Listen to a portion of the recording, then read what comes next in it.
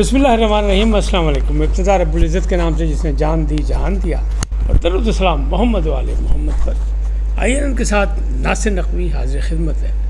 सदर ट्रंप ने मोदी को सरप्राइज़ दे दिया। खित्ते में पाकिस्तान सुर्खरू, मोदी भारतीय गोरबाचोव, आयरन ब्रादर की दुनिया पर धाक और एक नई बहस कि पीटीआई का चेयरमैन कौन। आप सोचेंगे ये क्या बात हुई, इसी से बात शुरू कर लेते हैं। अली खान ने मुलाकात के बाद मीडिया से गुफ्तगू करते हुए कहा कि पीटीआई का चेयरमैन सिर्फ एक ही है और वो है इमरान खान। इसीलिए सब के सब लीडर जो है उनके पास जाते हैं, उनसे फैसले कराने के लिए, उनसे राय लेने के लिए, और उनकी मर्ज़ी के बाहर कोई बात नहीं कर सकते। मीडिया ने पूछा फिर गौहर खान कौन है। उन्होंने कहा गौहर खान को उन्हें नामजद किया था चेयरमैन, लेकिन वो इसलिए किया था कि ताकि उनका पैगाम बोल लोगों तक पहुंचाएं। फिर दोबारा उनसे पूछा गया तो फिर चेयरमैन कौन हुआ, तो अलीमा खान ने कहा मैंने बता दिया, चेयरमैन सिर्फ इमरान खान है और कोई दूसरा नहीं, बाकी सिर्फ ऐसा ही है सब। अब इसको आप खुद सोच लें। फिर उनसे सवाल किया गया कि जो पैरोल पर रिहाई का मसला था, जो हाई कोर्ट में भी गया हुआ है और उसकी आप लोग कोशिश भी कर रहे हैं, तो क्या बानी चेयरमैन को इसका पता है? कहेंगे नहीं, उसको नहीं पता, ना उनको पता है और ना ही हमने समझाने की कोशिश की, उन्हें समझ आई।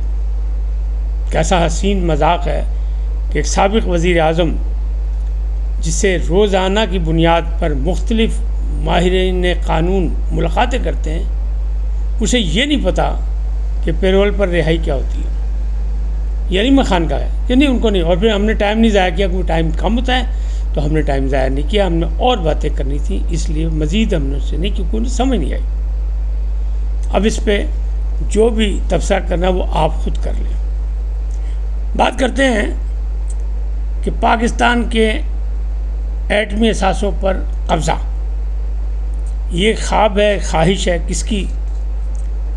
भारतीय वज़ीर दफ़ा मकबूजा कश्मीर गए और वहाँ उन्होंने ये फुलझड़ी छोड़ी है कि पाकिस्तान ने भारत को एटमी धमाके के बाद जो सूरत हाल मौजूदा लड़ाई की बनी, तो उसमें उन्होंने कह दिया हम ज़ाहिरी अपनी जो है हमारे असला है वो हम इस्तेमाल करेंगे, हम एटमी बम भी इस्तेमाल कर सकते हैं, लिहाजा जो आलमी अदारे हैं उनको चाहिए कि एटमी असासों पर कब्ज़ा कर ले।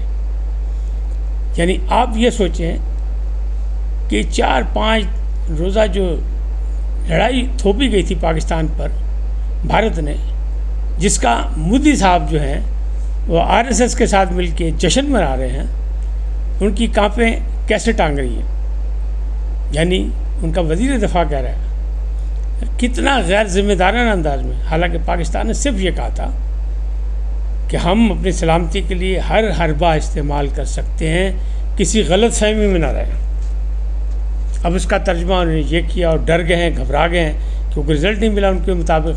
तो अब वो ये कह रहे हैं कि इनके एटमी असासों पर ही कब्ज़ा कर लिया जाए, आलमी अदारे कर लें। किसी की क्या मजाल, दुनिया को पता है कि एटमी असासे महफूज हाथों में, और पाकिस्तान एक पुरअमन ज़िम्मेदार मुल्क है, लिहाजा ये ख्वाब भी कभी पूरा नहीं होगा। लेकिन मोदी भारतीय गोरबाचोव, ये भारत के अंदर भी बातचीत हो रही है और भारत से बाहर भी हो रही है। क्यों? इसलिए कि मुख्तलिफ रियासतों में जहाँ अलहदगी की तहरीकें चल रही थी, उनको मज़ीद ज़ोर मिला है इनके दौर में। पंजाब में भी खालिस्तान की तहरीक का मसला आ गया और इंटरनेशनली उस पर रेफरेंडम शुरू हो गया। तो बाकी जो रियासतें, वो जो 7 सिस्टर हैं, वहाँ पे भी मोदी की शिकस्त का बड़ा जश्न मनाया गया। पाकिस्तान के लिए वो खुश हैं, क्योंकि वो रियासतें जो हैं 7 सिस्टर जो हैं वो वाक़या है बांग्लादेश की सरहद पर, और वहाँ से चीन भी तिब्बत के रास्ते लगता है। और मैं कल आपको बताया था कि भारत ने नहीं छोड़ी है कि वहाँ एयरबेस एक बना रहा है चीन और बांग्लादेश मिलके, और उन्होंने ठेका दिया है पाकिस्तानी कंपनी को। तो ये बात गलत नहीं है, एयरबेस बन रहा है और पाकिस्तानी कंपनी को ठेका भी मिला है। लेकिन कई कंपनियों को मिला, उनमें एक कंपनी पाकिस्तानी भी है। अब घबराहट इतनी है कि पाकिस्तानी एक कंपनी पे शोर ये है कि वहाँ एयरबेस बन रहा है और पाकिस्तान बना रहा है। तो क्यों बना रहा है, क्या ज़रूरत है? इसलिए कि बांग्लादेश ने धमकी दी थी कि अगर पाकिस्तान पे हमला किया गया और हमने ज़रूरत समझी तो फिर हम 7 सिस्टर को भारत से अलग कर देंगे, क्योंकि वो जगह मौजूद है जहाँ पे वो और चीन मिल के ये कारनामा अंजाम दे सकते हैं। लेकिन अभी नहीं किया उन्होंने। ताहम वहाँ पर नागालैंड है, असम है, दूसरी चीज़ें हैं, फिर भी इससे ज़रा सा आगे बढ़ के चले तो भूटान, नेपाल, वहाँ भी खुशियाँ मनाई जा रही हैं कि पाकिस्तान ने भारतीय बदमाशी को ख़त्म कर दिया, बल्कि उसका मुंह तोड़ के रख दिया और अब ये सोचेंगे। तो इस सूरत हाल में तबसरा ये हो रहा है भारत के अंदर भी कि क्या कहीं ऐसा तो नहीं कि आने वाले वक्त में जो रियासतें अलहदगी की तहरीकें चला रही हैं उनको बांग्लादेश और चीन की सपोर्ट से कहीं हवा मिल जाए और वो अलहदगी का ऐलान कर दे। नागालैंड तो बहुत पहले ऐलान भी कर चुका था, तराना भी बना चुका था, तो उस पर अमली मतलब कारनामा ना सामने आ जाए। लिहाजा मोदी सरकार परेशान है और उनके तमाम तजियाकार और गोदी मीडिया परेशान है कि कहीं गोरबाचोव की तरह मोदी भी भारत के आखिरी यानी मुत्तहिदा भारत जो उनका अपना भारत है जिसमें 25-26 रियासतें हैं उसके वो आखिरी ताजदार न साबित हों, जिस तरह गोरबाचोव रूस के आखिरी ताजदार साबित हुए थे, फिर रियासतें अलग हो गई थी।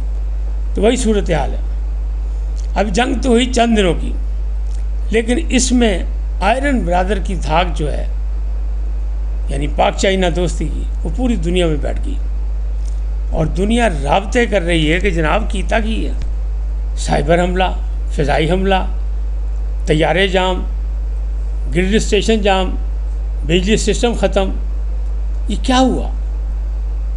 तो लोग राब्ता कर रहे हैं पाकिस्तान से और पाकिस्तान के बारे में सबको पता है कि आयरन ब्रदर ने उसकी फुल मदद की और उसे सपोर्ट किया और पाकिस्तान की सलामती के लिए उसने आइंदा भी यकीन दहानी कराई कि वो कंधे से कंधा मिला के खड़ा रहेगा अवामी जमहूरिया चीन, क्योंकि पाकिस्तान आजमूदा दोस्त है और चीन भी आजमूदा दोस्त है। लिहाजा ये मसला इस तरह हो गया। अब दी डेमोक्रेट उसने एक बाकायदा मजमून छापा है कि जनाब ये जो जंग थी चंद रोज़ा इसने ख़ित्ते में पाकिस्तान को सुरखरू कर दिया। पाकिस्तान हर महाज में कामयाब रहा और भारतीय दफाई तजियागार कह रहे हैं कि पाकिस्तान को चैलेंज करने की ज़रूरत नहीं थी जो भारत ने और मोदी सरकार ने की, क्योंकि रिज़ल्ट सामने आ गया, रही सही इज़्ज़त भी ख़त्म हो गई। अब वो बात नहीं रही भारत की जो भारत पहले था इस लड़ाई से, तो मामलात खासे ख़राब हो गए। यानी भारत के अंदर भी, इंटरनेशनल मीडिया में भी अब उसकी झाड़ पोंछ के लिए, अपनी बेइज्जती को कवर अप करने के लिए न्यूयॉर्क टाइम में भारत ने एक मजमून छपवाया, लेकिन उसको किसी ने हवा नहीं दी। दी डेमोक्रेट ने जो जिम्मेदारी का मुजाहरा किया और एक बाकायदा ज़िम्मेदार मतलब अखबार है, ज़राए इब्लाग है, तो उस पर लोगों ने यकीन भी किया और उसने एक बड़ी ज़बरदस्त स्टोरी छापी जिसमें पाकिस्तान का कद बहुत बड़ा हो गया। अब ये मसले जो हैं बढ़ गए हैं।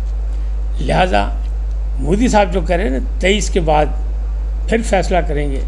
अभी ऑपरेशन सिंदूर जो पाकिस्तानी फ़ज़ाइया ने उजाड़ के रख दी सिंदूर, वो जारी है, लेकिन पाकिस्तान के अफवाज के सरबराहान सिपाहसालार हाफिज़ आसिम मुनीर, वज़ीर आज़म पाकिस्तान शहबाज शरीफ, वो तमाम सरहदी इलाकों में भी जा रहे हैं, अपने यूनिट्स के पास भी जा रहे हैं, अपने अदारों में भी जा रहे हैं और वो बखब कर रहे हैं अपने दिलेरों को, अपने शाहीनों को, अपने शेरों को, अपने बहादुरों को। क्यों? कि उन्होंने अपने से बड़ी ताकत को ऐसी शिकस्त दी, इस अंदाज में हराया कि वो धूल चाटने पर मजबूर हो गया और अभी तक भारत जो है वो ज़ख्म चाट रहा है। अब बात करते हैं ट्रम्प ने जो एक सरप्राइज़ दिया, वो इस वक्त मशरक़ वस्ता के दौरे पर सऊदी अरब में मुआहदा करके वो कतर पहुंच चुके हैं। क़तर में भी उनका बड़ा वालियाना इस्तकबाल हुआ। क़तर में उन्होंने वो जो एप्पल कंपनी है उसके CEO को देखते ही कहा कि बस करो, भारत में अब मज़ीद फैक्ट्रियाँ नहीं लगानी, बंद करो ये सिलसिला।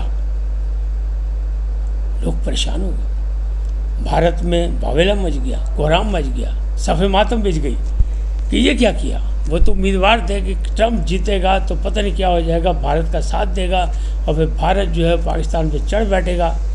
लेकिन भाई ये 4 दिन की लड़ाई ने सब कुछ ओपन करता कि कहाँ पे किसकी टांग नहीं है और टांगें किसकी मजबूत है, ये सब कुछ सामने आ गया। तो इस सिलसिले में भी बल्कि 1.5 लाख से ज़्यादा भारतीय मुलाजमीन को नौकरी से छुट्टी करा दी है अमेरिका में। तो ये सब कुछ जो है बहुत बड़ा धचका है मोदी सरकार को। अब मोदी सरकार की उल्टी गिनती शुरू हो गई है। कहने वाले कह रहे हैं, भारतीय मुबस्सरीन का कहना है कि अब उनका इक़्तिदार भी आहिस्ता आहिस्ता यानी रफ्ता रफ्ता ख़त्म हो जाएगा। चांसेस इसके दिन ब दिन बढ़ते जा रहे हैं। अगर उन्हें कोई नई मतलब एडवेंचर का प्रोग्राम बनाया तो उनको और मुँह खानी पड़ेगी। इस वक्त तक इतने, फिर मिलेंगे नए मौजू के साथ। जाते जाते आपसे दरख्वास्त आई उनको सब्सक्राइब करें, लाइक करें, घंटी का बटन दबाना ना भूलें और अपनी कीमती राय का इजहार भी अपनी शख्सियत के मुताबिक करें। सदा सलामत रहें। अल्लाह निगहबान।